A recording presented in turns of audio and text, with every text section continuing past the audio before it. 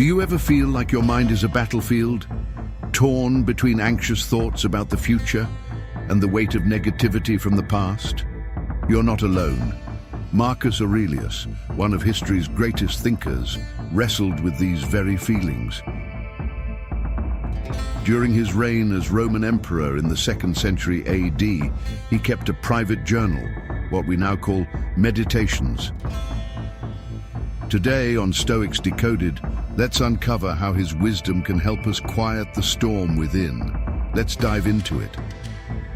Anxiety often whispers to us about things we can't control, like what might happen tomorrow or how others might judge us. Marcus had a powerful response to this.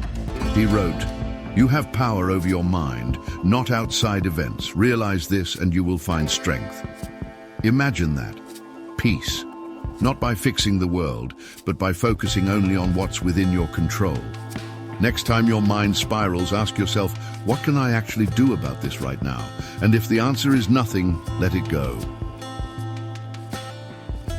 What makes meditation so compelling is that Marcus wasn't writing for an audience. These were his private thoughts, written during military campaigns and personal struggles. Marcus faced immense challenges, leading his armies during the Marcomannic Wars, enduring the devastating Antonine Plague, and coping with the loss of children. Through it all, he turned to philosophy to ground himself, often reflecting deeply and praying for wisdom and strength. This blend of introspection and spiritual grounding shows that even an emperor sought solace and clarity amidst chaos, a universal need that transcends belief systems. It's a reminder that even one of the most powerful men in history grappled with the same fears and uncertainties we face today. Negativity, that's a different challenge. It doesn't just come from the outside, it creeps into how we see ourselves. Marcus reminds us, choose not to be harmed, and you won't feel harmed. The opinions of others, failures, even setbacks only hold power if we allow them. Marcus himself faced betrayal, political unrest and scrutiny, yet responded constructively. He united generals through purpose, stabilized his empire with reforms, and leaned on Stoic principles to stay composed. His leadership showed that reframing pain can turn adversity into opportunities for thoughtful, meaningful action. And then there's perspective, the bigger picture we so often lose.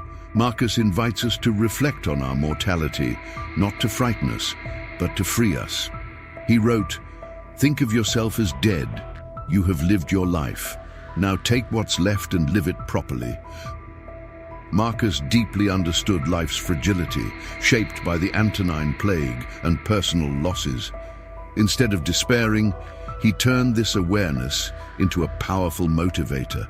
He prioritized leading his people through the Marcomannic Wars with resilience, ensuring aid during the plague, and adhering to his Stoic principles to guide his actions.